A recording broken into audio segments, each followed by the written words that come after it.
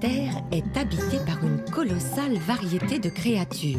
La vie s'est insinuée partout, colonisant les milieux les plus divers, du pâturage normand au désert glacé, en passant par les forêts tropicales et les circonvolutions de nos estomacs. Combien d'espèces seriez-vous capable de citer? De mémoire, 10? 100? 1000? Selon les estimations, entre 5 et 100 millions d'espèces différentes peuplent la planète.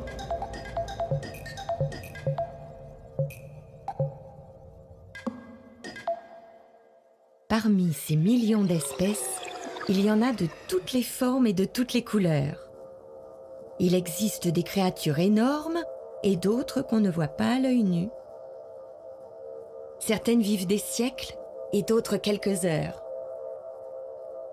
Et puis, il y en a une qui possède une caractéristique vraiment bizarre. Bonjour. Alors, en effet, j'appartiens à une espèce assez particulière à laquelle on a donné toutes sortes de surnoms, le seigneur de la création, le parangon des animaux, etc. Ce serait trop long de tous les citer, mais mon nom scientifique, c'est Homo sapiens. Ah, attendez. Homo sapiens se caractérise dans la faune actuelle par sa station verticale permanente. C'est un primate de grande taille. Les membres postérieurs sont plus longs que les antérieurs. Et il n'y a pas de queue. Bon alors je sais, au premier coup d'œil comme ça, j'ai l'air assez banal, mais mon espèce est la seule, autant qu'on sache, qui a entrepris de mettre de l'ordre dans le monde vivant. Tout le monde a entendu parler de la systématique. Non? Attendez. Là, on est au milieu d'un fouillis assez indescriptible. Le but de la systématique, c'est de répertorier, de nommer et de classer les millions de créatures vivantes dans des catégories scientifiques. Alors pour classer, la toute première étape, c'est de faire quelque chose que nous autres, Homo sapiens, on adore. Des collections.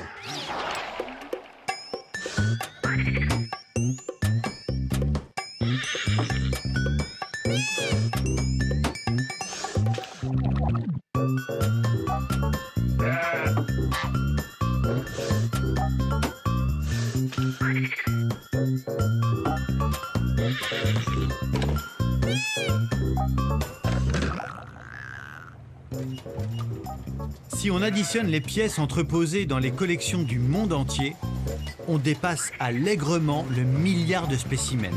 Le Muséum de Paris, à lui seul, en conserve 80 millions.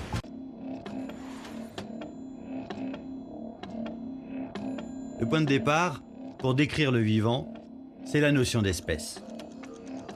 Mais au fait, cette notion que tout le monde utilise sans y penser, vous la définiriez comment, vous ?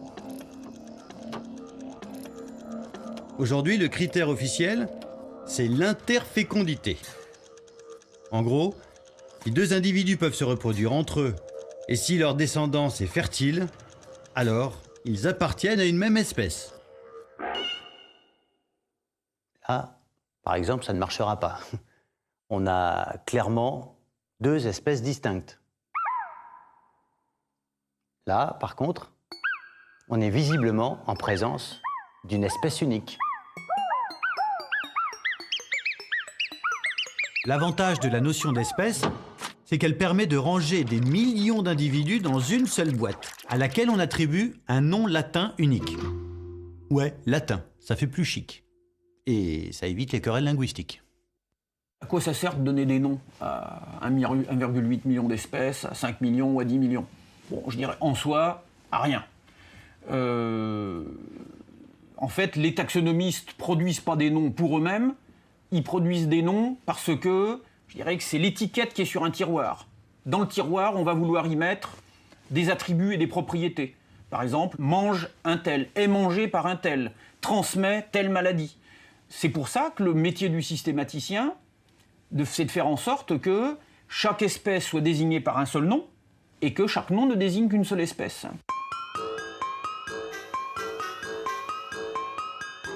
À l'heure où je vous parle, on a répertorié et nommé exactement 1 749 577 espèces vivantes.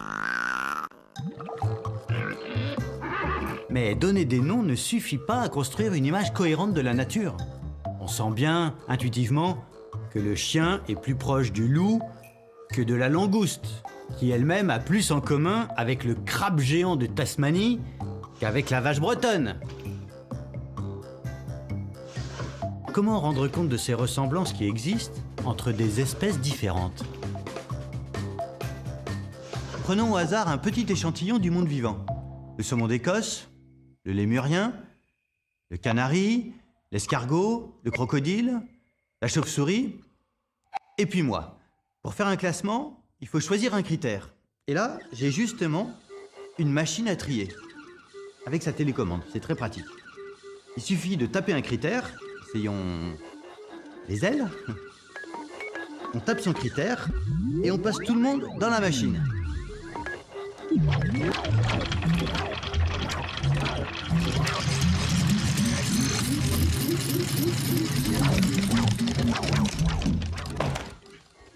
Et on obtient 2 groupes. Ceux qui ont des ailes là-bas et ceux qui n'en ont pas, ici. Prenons maintenant les pattes.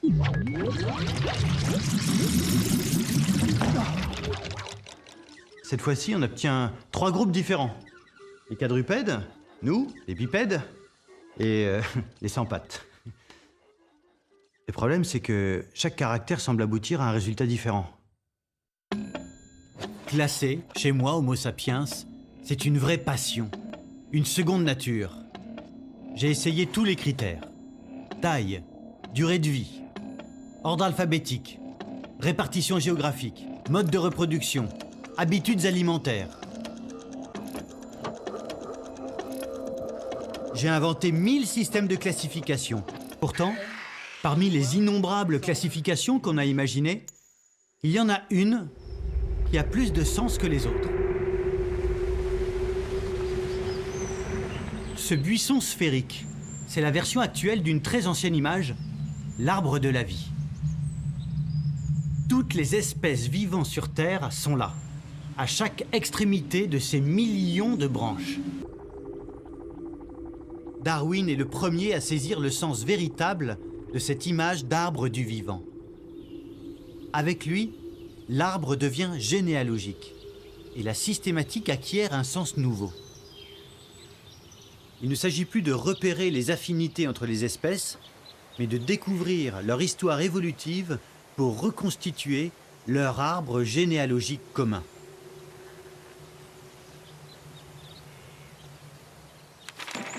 Cet arbre, c'est comme ça qu'on le dessine au XIXe siècle. Un chêne gigantesque dont chaque rameau représente une espèce ayant habité la Terre à un moment donné. Là en bas, les espèces les plus primitives, et tout en haut, moi. Seulement, ce grand chêne raconte une histoire fausse. Le problème, c'est le tronc. Cette direction privilégiée, qui aboutit à mettre les uns en haut et les autres en bas, n'a aucune justification objective. L'arbre de la vie, il faudrait le dessiner plutôt comme ça.